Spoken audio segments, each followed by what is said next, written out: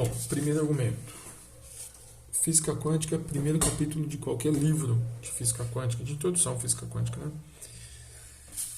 Corpos negros, lei de Stephen. Tá, lei de Stephen, radiação emitida por um corpo por unidade de área, constante de Boltzmann, temperatura quarta. Fazendo uma breve introdução sobre isso. O que isso aqui quer dizer? Quanto maior a temperatura do corpo, maior a potência desse corpo, mais energia ele emite por área. Tá? Se você pegar uma faca e apagar a luz, você não vê essa faca, certo? Se você esquentar essa faca no fogão, desligar o fogão e apagar a luz, você vai ver essa faca brilhando. O que isso quer dizer? A faca, ela sempre emite radiação. Obviamente, se ela tiver uma temperatura, né? Mas não necessariamente essa temperatura é visível para a gente. Então, a emissão da faca está ali no infravermelho, ou um pouquinho para baixo do infravermelho, né? Na verdade. Ao você esquentar essa faca, a energia dessa faca aumenta, ou seja, a frequência de vibração da luz que essa faca emite cai na luz visível, a gente consegue detectar. Tá? Então, houve um aumento da energia emitida por essa faca, por esse objeto. E é disso que se trata a lei de Stephen. Quanto maior a temperatura, maior a potência emitida por esse objeto. Outra coisa é, nós, seres humanos, emitimos infravermelho. Tá? Tanto é que você colocar um óculos de infravermelho, você vê as pessoas mesmo de noite. Ou seja, nós emitimos radiação em determinada frequência por causa da nossa temperatura.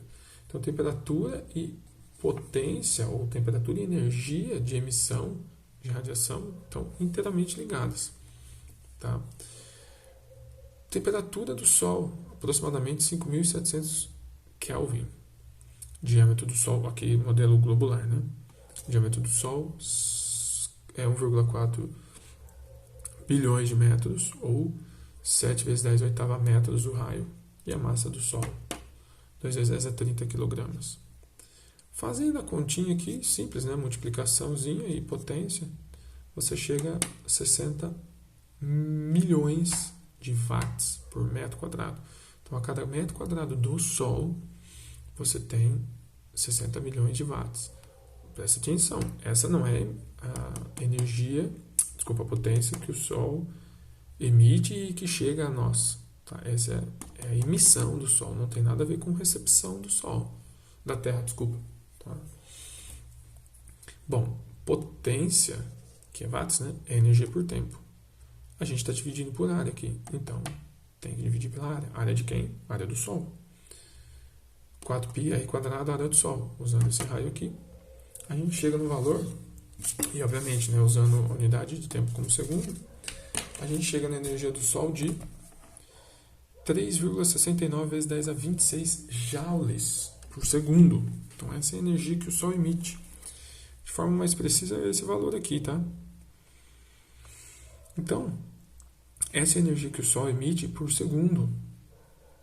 Mas a equação de Einstein, E igual a mc quadrado, diz que, obviamente, essa não é a equação completa, né? A gente está falando aí sobre um corpo em repouso. Essa é a energia que o Sol emite. Então, se eu dividir isso pela velocidade da luz ao quadrado, velocidade da luz, né? 3 vezes 10 oitava ao quadrado, eu chego nesse valor aqui, ó. 4,1 bilhões de quilogramas por segundo. Essa é a massa que o Sol perde por segundo. Tudo bem? Bom, se essa é a massa que o Sol perde por segundo devido à emissão de radiação, se eu multiplicar isso por 60, eu chego em minutos. Se eu multiplicar isso por 60, eu chego em horas. Se eu multiplicar isso por 24, eu chego em dias. Se eu multiplicar isso por 365, eu chego em anos. Ou seja, por ano, o Sol perde aproximadamente 1,3 vezes 10 a 17 quilos. Tá? Então, é muita massa aí que o Sol perde só devido à emissão de radiação. Tá? Bom, se eu dividir isso pela massa do Sol, aqui, ó, 2 vezes 10 a 30, dividindo por 2 vezes 10 a 30, eu chego nisso daqui.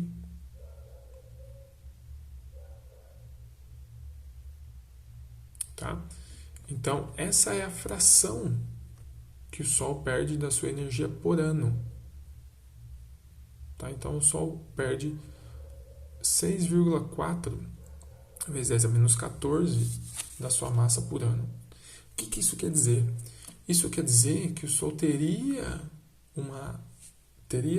6,47 vezes 10 a 14 anos em toda a sua vida.